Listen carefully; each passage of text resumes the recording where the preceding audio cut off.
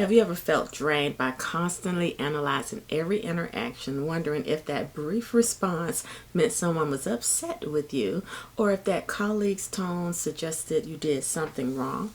Living this way is emotionally exhausting, and I want to show you a different path. Today, I'm walking you through 7 powerful shifts plus 1 transformative bonus that will help you break free from the cycle of making other people's behavior about your value so you can step into true emotional freedom and authentic living.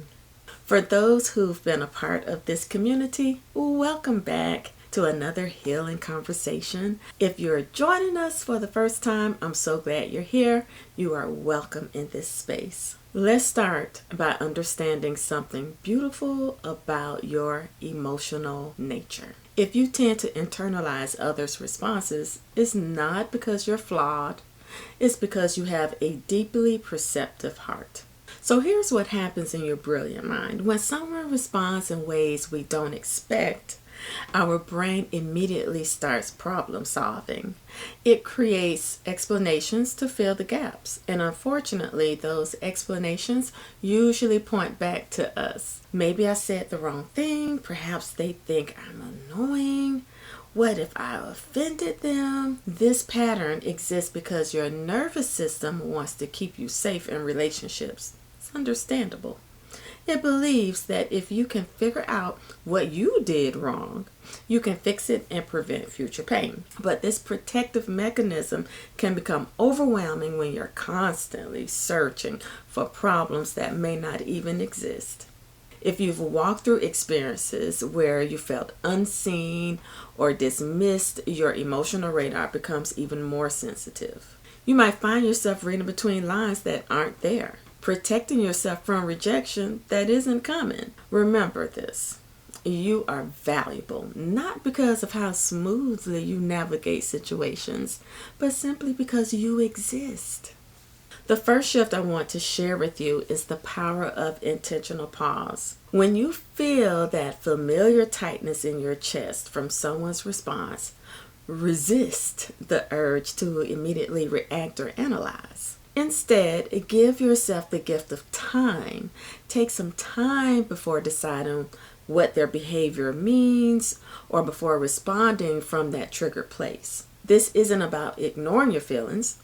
It's about honoring them to let them settle. And during this breathing space, ask yourself these questions. What am I actually feeling beneath the story? Will this situation matter to me next week? Am I responding to what happened or to what I'm afraid it means about me? Time has this beautiful way of showing you what's real versus what's just your wounded heart trying to protect itself. The situations that feel most important after reflection deserve your attention. The ones that fade often weren't about you at all. So this pause isn't about becoming disconnected from your emotions. It's about responding from your highest wisdom rather than your deepest fears. The second shift is learning to distinguish between what actually occurred and the meaning you've attached to it. This is where real freedom begins. So let's practice this together. Instead of thinking, she ignored my text because she's angry with me, try separating it from a fact. She didn't respond to my message within my expected time frame. The story we tell ourselves, she must be upset with me. See the difference? Our interpretations often carry more emotional weight than the actual events. Someone might seem distracted and we conclude that they might find us boring. Or a friend might cancel plans and we've decided that we're just not important to them. Or a coworker might give brief feedback and we assume that they're thinking that we're incompetent. When you catch yourself spiraling, pause and ask, what actually happened here? What meaning am I adding to this situation? Often you'll discover that your interpretation is just one possibility among many. This practice isn't about dismissing your intuition. Sometimes you do pick up on real energy shifts. It's not about automatically assuming the worst case scenario about your worth. Building this kind of emotional awareness takes practice and support. That's exactly why I created my free daily self-care checklist with affirmations, a gentle guide to help you develop these skills while nurturing your sense of worth.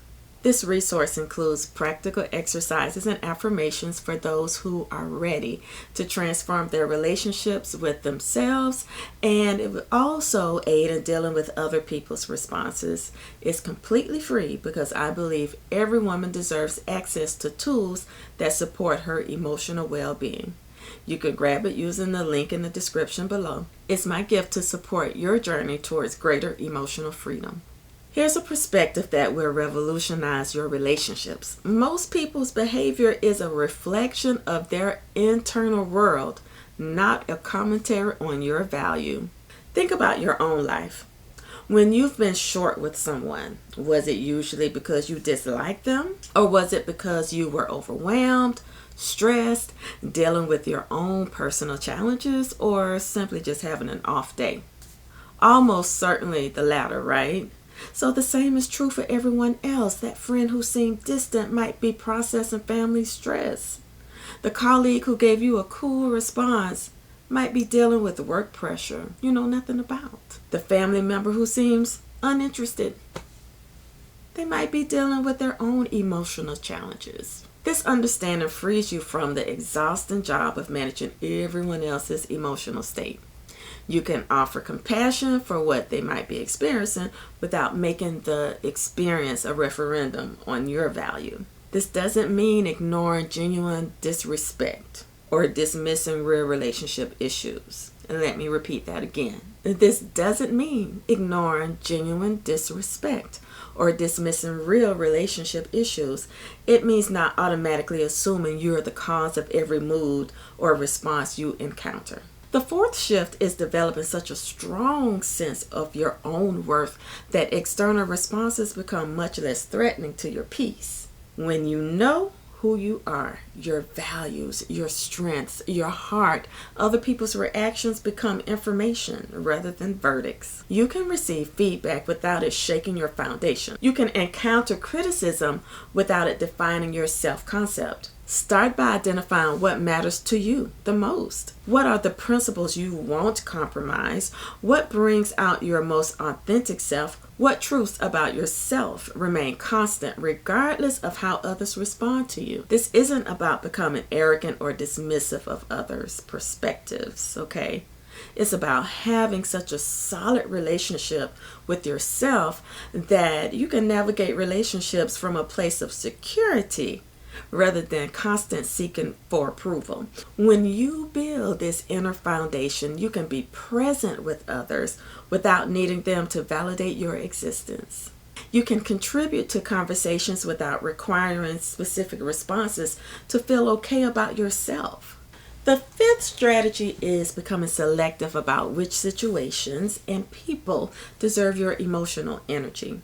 Not every response requires your analysis. Not every mood needs your attention. Think of your emotional energy as precious currency. You can choose how to spend it. You can invest in relationships and situations that nurture your growth, or you can drain your account trying to decode every facial expression and tone of voice. Ask yourself, is this person generally supportive of me? Are they going through something that might explain their behavior? Is spending mental energy on this situation helping me grow or just making me anxious? Some people and situations deserve your attention and care. Others are simply passing through your day, and their responses don't require deep analysis at all. Learn to distinguish between the two. This isn't about becoming cold or unfeeling. It's about being intentional with your heart and your peace. The sixth shift involves changing how you receive criticism and suggestions from others. Instead of taking feedback as evidence of your inadequacy, you can learn to evaluate it as information. Not all feedback is accurate or helpful. Some comes from people who genuinely want to support your growth. Other feedback comes from people's own insecurities or biases. And sometimes criticism says more about the giver than about you. When someone offers feedback, pause and consider, does this person know me well enough to offer valuable insight? Is this feedback specific and actionable, or is it vague and discouraging? Does this feel like guidance or like someone projecting their own struggles onto me? Evaluate feedback. Don't automatically absorb it. You have permission to thank people for their perspective while not letting their opinions become your truth. You can consider suggestions without immediately assuming you're doing everything wrong. The goal isn't to become defensive or closed to growth. It's to develop the discernment to recognize which feedback serves your highest good. The seventh shift is perhaps the most freeing. Letting go of the impossible standard of being liked by everyone. Yeah, I said it. You could be the kindest, most thoughtful person in the world, and some people still wouldn't connect with your energy. This isn't a reflection of your worth, it's simply human nature. We all have different personalities, different preferences, and ways of seeing the world. Trying to be universally liked is not only impossible, it's also exhausting. It requires you to constantly shapeshift, always monitoring others' responses, always adjusting yourself to fit what you think others want. Instead of seeking approval from everyone, focus on being genuinely yourself. The right people will appreciate your authentic energy. Those who don't connect with you aren't wrong. They're just not your people. And that's perfectly okay.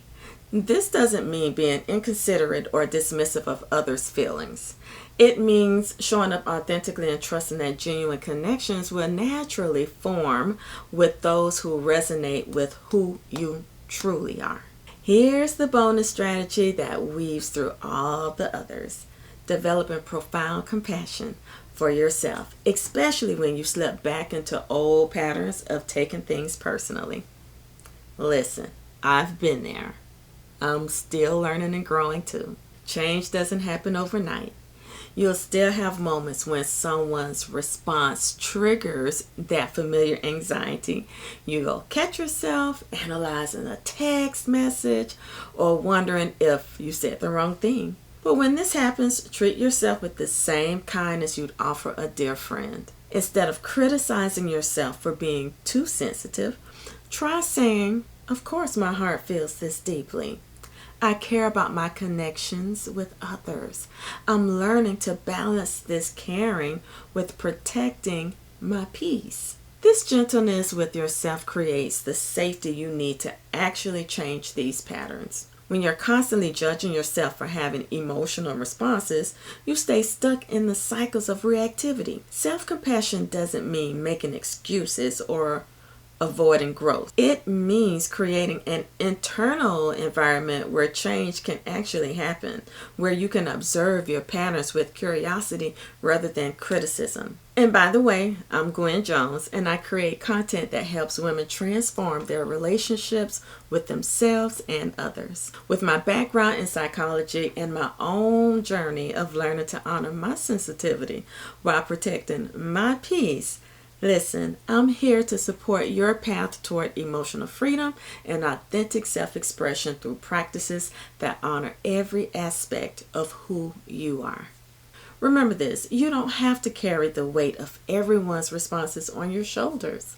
Protecting your emotional well-being, honoring your sensitive heart, and refusing to make others' behavior about your value, this is how you reclaim your power and your peace. This is how you keep your power and your peace. Hold these truths close to your heart. I choose where to invest my emotional energy.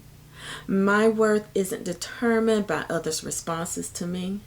I can be caring without being responsible for everyone's feelings. You don't need to prove your value to anyone. You don't need to explain your worth to people who cannot see it. Your emotional freedom is sacred and worth protecting. Don't forget to download that free daily self-care checklist in the description.